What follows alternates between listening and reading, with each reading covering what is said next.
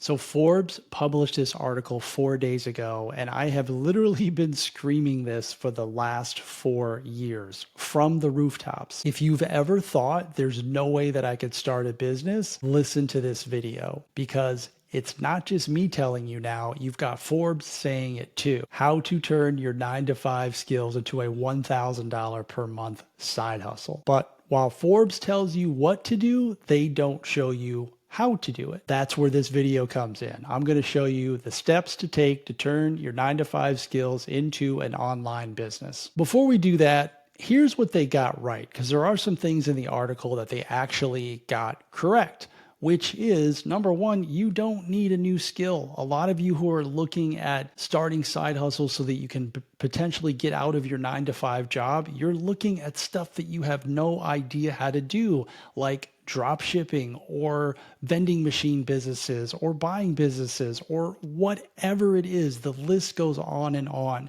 You're looking at stuff that you don't know anything about. The skills that you have are already under your nose. So you don't need to start from scratch and learn a brand new skill. It already exists. You're already getting paid for it. Think in this fashion. Your boss, your employer, is a paying customer. They're validating your skills. They're paying you to do a job for them, to solve problems for their clients, for their customers.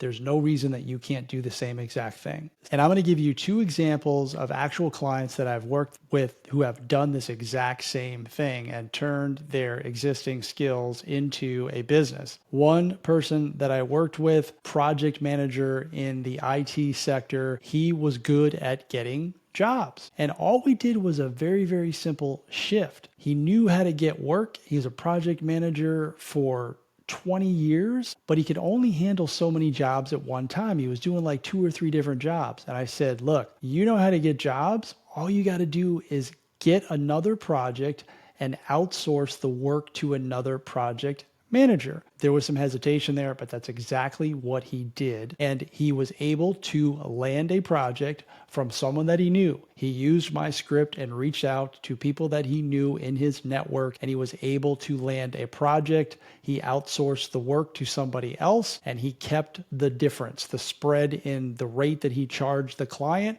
versus what he was paying the other project manager. Another person that I worked with works in financial services for his 9 to 5 job. He started a bookkeeping business on the side.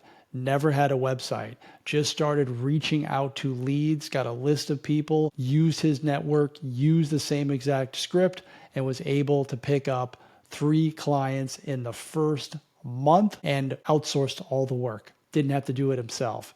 Didn't have a website, just use that strategy. Again, you can do this too. Some examples that they gave from the article, and these are just a few, is if you've managed people, if you've built presentation, if you've done any type of marketing for your company, if you're good at organizing systems, like these are skills that you can transfer to the online world. So I want you to think about what some of those skills are. And in a minute here, I'm going to walk you through the exact steps. And I'm also going to leave you a free resource that's going to help you with this for your specific situation, because the examples I give might not be relevant to you. So I'm going to give you something that is actually relevant to the skills that you have in your 9 to 5 job. So here's what they missed. Here's what the article got wrong. And this is the stuff that I'm going to help you with.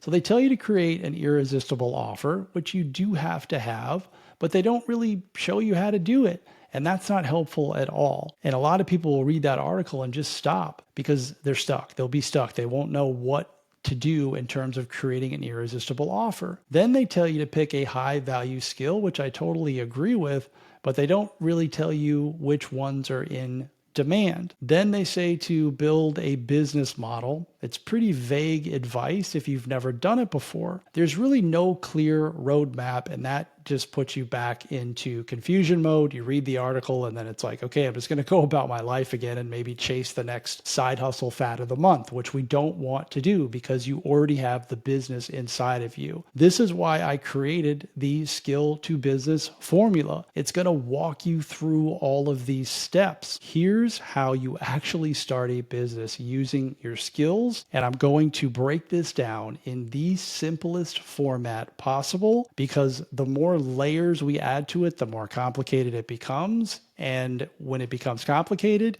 you don't do it and you give up. Business is truly this simple if you don't get in your own way and you can manage to stay out of your head.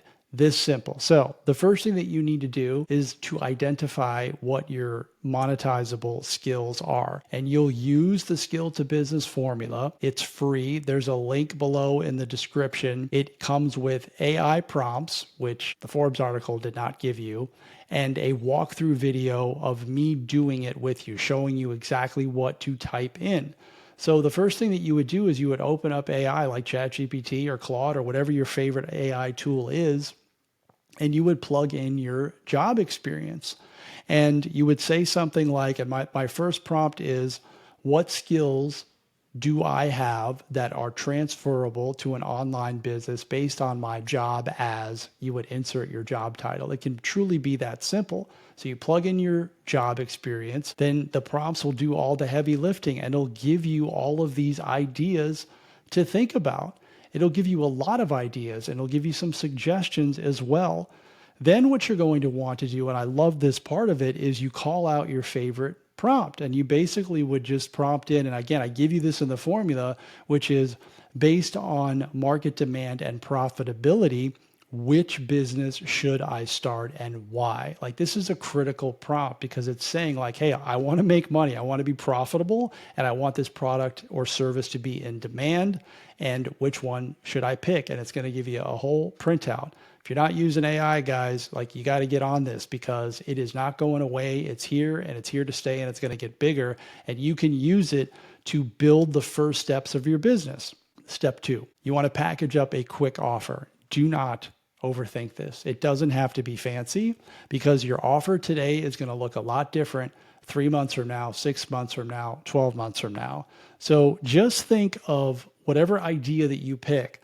You want to solve one specific problem for one specific type of person or business. Like if you're going to help businesses as opposed to individuals, and just put a quick and dirty offer together. Let ChatGPT help you with that and just prompt it.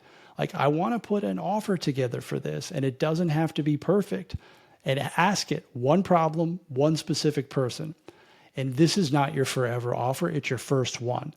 The next thing that you need to do now that you have your idea, now that you have your offer in place, is you need to start talking to actual human beings. Okay. You need to tell people that you have this service, you have this solution to problems. And a great way to do this is, a lot of you are on LinkedIn, you're 9-to-5 corporate professionals, you have a network on LinkedIn, you could start messaging people, you could actually post on your feed, and you can talk to people that you know. You all have cell phones, you all have contacts in your phone. And I just want you to think at this point in this offer stage is you need 5 people. I want you to talk to 5 people who either you think would be a candidate as your first client, or they know someone who could potentially benefit from your product or service. And you're just going to ask them very simply, very simple script. I have this new solution. It solves XYZ problem. Do you know anyone who might need this? And they're either going to say, yeah, me, or they're going to say, yeah, I know so-and-so. And then you would ask them to make the introduction. And if they say me, I would benefit from this, take them down right there, like sign them up. And if you're not sure what to charge and you're a little nervous about charging money, and you, let's just say you want to charge $1,000 for the product, right? Or whatever the number is, and you don't feel comfortable with that, you could do a couple different things. Number one, you could do it for free in exchange for a testimonial. Like, hey, you'd be my first client. Don't be afraid to say that because people love clarity. Like, I'm brand new. You'd be my first client and I'll work for you for free, just as if you were paying me. with the understanding that at the end of this, I want you to leave me a review that I can use in my marketing and on my landing pages. That is super valuable. Or you can just charge them a percentage of your maximum rate, like maybe you charge them half or 20% or whatever it is, just so that you can get your first client. That'll make you feel a lot better. And guess what? Now you're in business. You got your first paying client, or your first client, period. So make it smooth, get the testimonial, and collect that proof so that you can go back to step 5, right? Which is you want to refine the offer and focus on leads. In the beginning, the only thing that you need to do as a business owner is focus on getting leads and improving your offer, right? That's all you got. You don't need to have all these funnels and systems and all this stuff. You just need to get clients, serve them, and make your offer, make your product or service better. Lead generation is going to be something that you're going to pay a lot of attention to. And again, that's talking to real humans as much as possible. I made a video about this recently, and I will pin that below in the description on how you can get leads, which is something that you are absolutely going to need to do. If you don't, you don't have a business, period. You cannot simply just rely on word of mouth in the beginning. You have to get in front of people, and you have to get in front of a lot of people. So I want you to think creating content, running ads, referrals are helpful too, and then exhaust your email list. And if you don't have an email list, if you say, I don't have an email list, you do. It's in your phone. All the contacts, scrape them all together. They are either your potential clients or they know your potential clients, and you want to reach out to all of them. Guys, that's it. That's all you need to do. That's business in the early stages. Find somebody to help, solve their problem, make the solution, make the offer better, and just repeat it over and over and over again. I want to leave you with a few final words here, which is you don't need more courses. You need a customer. Like, you already have all the skills. You don't need to learn how to do something brand new. It already exists. You're already getting paid for it. Go find more customers. You don't need a website at this point. You just need to win. You just need to win. Just sign somebody up. Forbes told you what?